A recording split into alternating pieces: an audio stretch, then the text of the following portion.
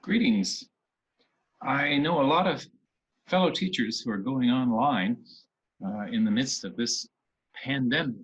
And I thought I've been teaching online for 10 years for the University of Wisconsin. And they were pioneers back in the late 1990s for online learning. So I thought I would share my perspective teaching there in Michigan, also in the past, Linfield College in Oregon, and also currently Louisiana State.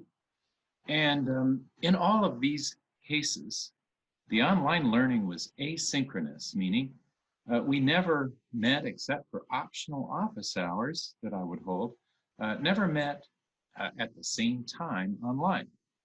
Instead, it's a very learner-centered learning, meaning my job is writing up the learning activities and coming up with the assessments and clear grading rubrics that enable them to do their learning on their own, consulting the readings. So then my job becomes essentially grading their work. On one level, it, in my opinion, is superior to a large lecture hall type class because I'm meeting each of those students every week with an essay and a debates or discussion forum, and I get to know them individually much better by the end of a class than I ever do in a big lecture class. It's also much more like the Oxford or Cambridge old tutorial system in the sense that one comes in with an essay, read it aloud to the tutor. In this case, they just post it online, and then the tutor judges your work. And so that is kind of what an online instructor for American colleges is all about, is mostly a grader.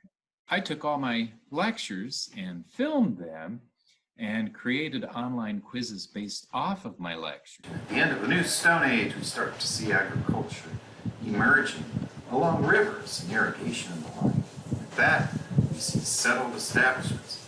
Human beings, as it were expelled from Eden and now forced to toil and develop classes of human beings like nothing before. So the answers are found in my lectures. But what is a lecture? In fact, I quit calling them lectures 12 years ago and started calling them presentations because it's so important to include audio and visual elements in a classroom situation, especially teaching world religions, as I have done. So I found that 2.5 hours of class time can be shrunk into 30 to 40 minutes of compressed and, at least as high a quality as I am able, high quality presentations with visuals. And so many don't realize, but I was trained to know that the word lecture means reading. And it goes back to a time in the medieval and late medieval period where there were few scrolls and later books. So the lecturer would read the rare book to the class, and the class took notes because books were rare. Few could afford them. So your lecturer was literally reading the book for you. However, in the modern era, we don't really need lectures. And so with my video presentation quizzes, video assessments, I call them, the students can rewind them. Those who have difficulty hearing can read the transcript, and they can watch it again and again if they want. And the student even told me they played me at one of their parties for a long time, the whole night. Then another thing that I deem valuable is a discussion board. And these are what we call peer-to-peer assessments.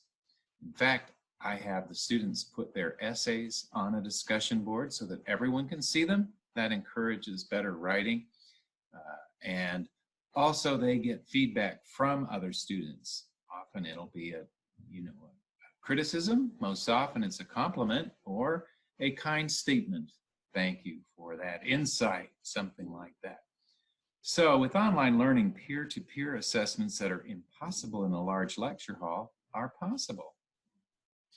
I should note I did learn for 2 years in a tutorial system at Cambridge, and that was the best learning I ever got. However, I was just the lucky poor fellow to get in somehow, and it's not a type of education affordable for most people. So online learning, though, is much closer than the large lecture hall.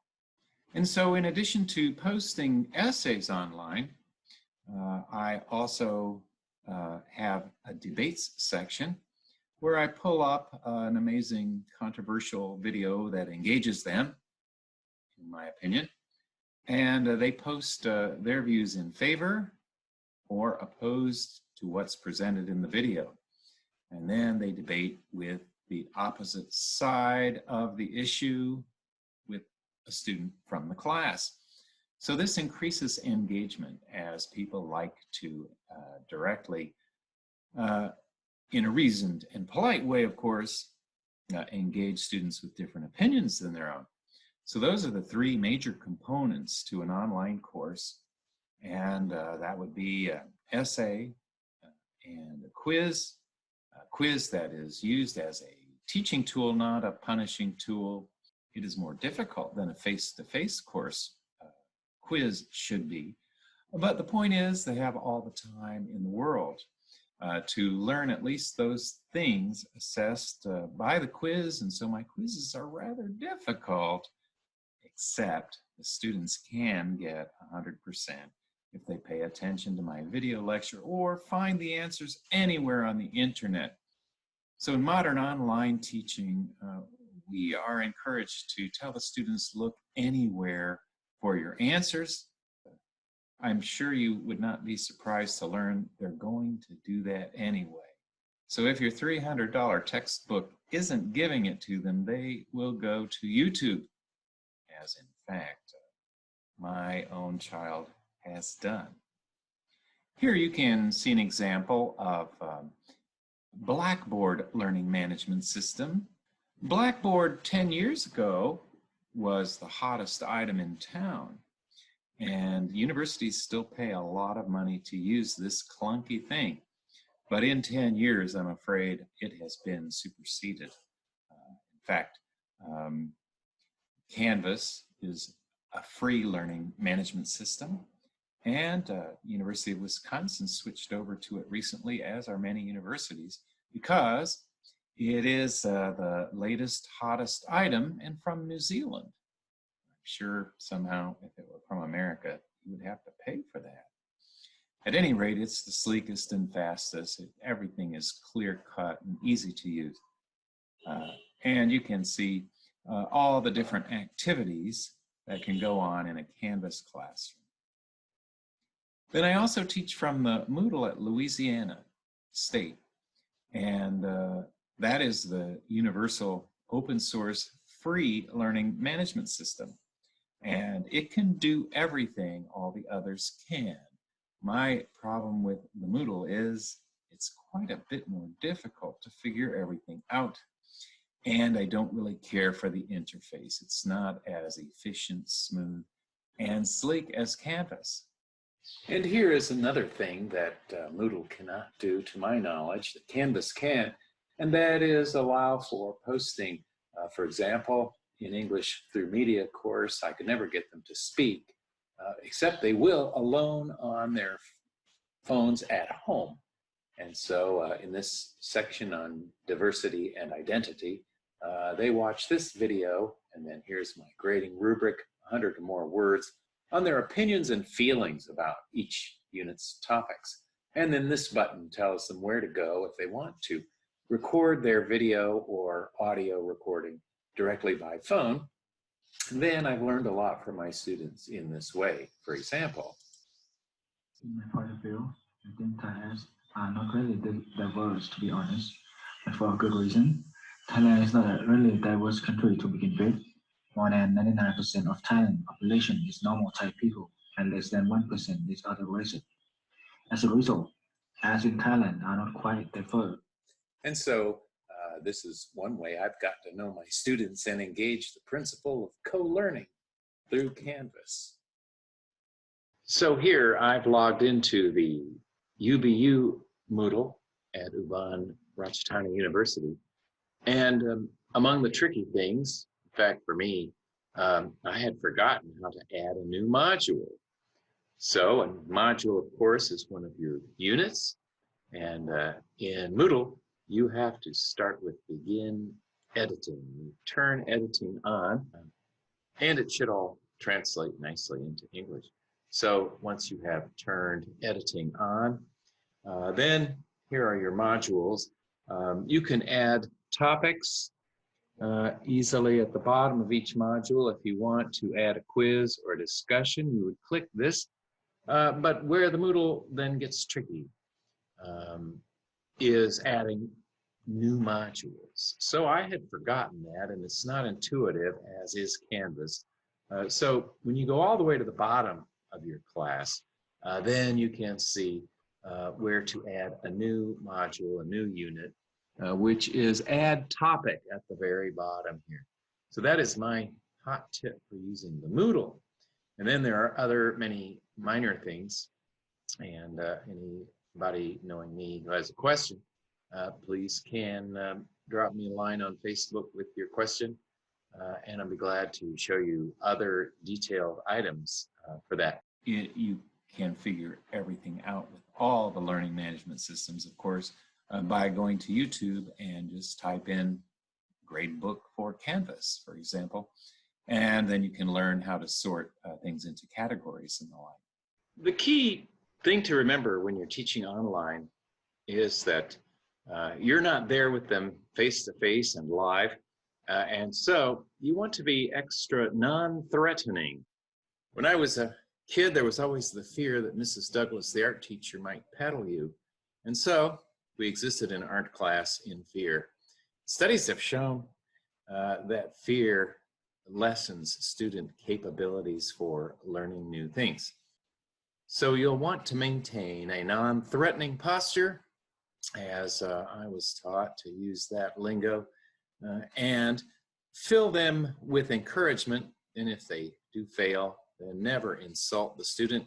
And the way to correct them in online learning is to, instead of saying, "That was a pretty bad essay, Johnny," better way to do is, "Johnny, this essay could have been strengthened by references to the text, or by running the spell checker over it, or by more detail," and so forth. And so my feedback comes in A, B, C categories, and students fall into those categories remarkably. And it's only the rare student where I really have to think outside my prefabricated comments, things I share with every student.